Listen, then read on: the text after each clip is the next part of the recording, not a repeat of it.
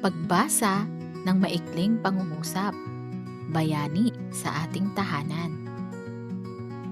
Ang nanay ko ay isang nurse.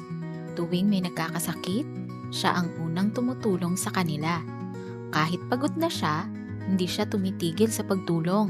Ipinagmamalaki ko siya dahil siya ang nag-aalaga sa mga tao para sila'y gumaling. Ang tatay ko ay isang bumbero. Tuwing may sunog, siya ang unang tumutulong upang iligtas ang mga tao at mga gamit. Kahit delikado, hindi siya natatakot. Pinagmamalaki ko siya dahil siya ay isang bayani ng bayan. Ang ate ko ay isang guro. Mahilig siyang magturo at tumulong sa mga bata upang matutunan nila ang mga bagong bagay. Masipag siya at hindi siya tumitigil hanggat hindi natututo ang kanyang mga estudyante. Ipinagmamalaki ko siya dahil siya ay isang magaling na guro.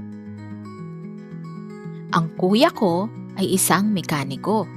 Inaalagaan niya ang mga sasakyan at tinitiyak na gumagana ang mga ito ng maayos.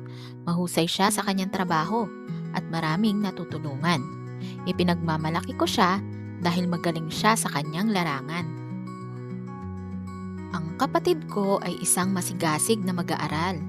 Laging nagsusumikap siya sa kanyang mga aralin at hindi sumusuko kahit mahirap. Ipinagmamalaki ko siya dahil alam ko na balang araw ay magiging matagumpay siya.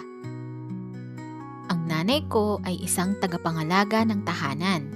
Siya ang nag-aalaga sa aming bahay at palaging tinitiyak na malinis at maayos ang lahat.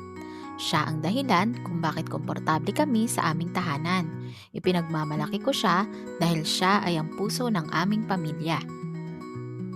Ang tatay ko ay isang chef. Siya ang nagluluto ng masasarap na pagkain para sa amin.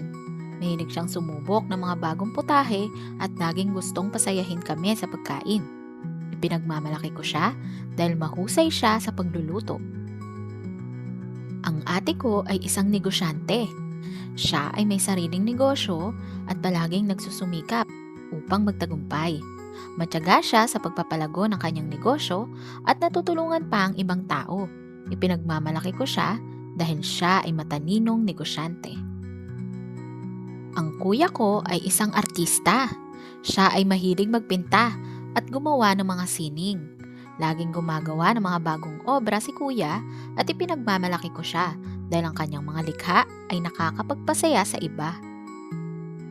Ang kapatid ko ay isang musikero. Mahilig siyang tumugtog ng gitara at mag-compose ng mga kanta. Kahit bata pa siya, magaling na siyang tumugtog at kumanta.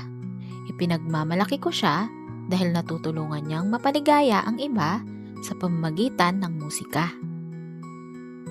Ang mga maikling pagbasa na ito ay kwento ng pagmamahal at pagsasakripisyo ng ating pamilya. Sa bawat isa, natututunan natin ang halaga ng ating mga magulang, kapatid, at lahat ng mahal sa buhay. Sa simpleng paraan ng kanilang pagtulong, nakikita natin ang kanilang pagiging bayani sa ating tahanan. Maraming salamat sa inyong pagbasa at suporta. Huwag kalimutang mag-subscribe sa aming channel para sa mas marami pang kwento at aral tungkol sa pamilya. Sana ay patuloy kayong ma-inspire sa bawat kwento ng pagmamahal at pagkakaisa.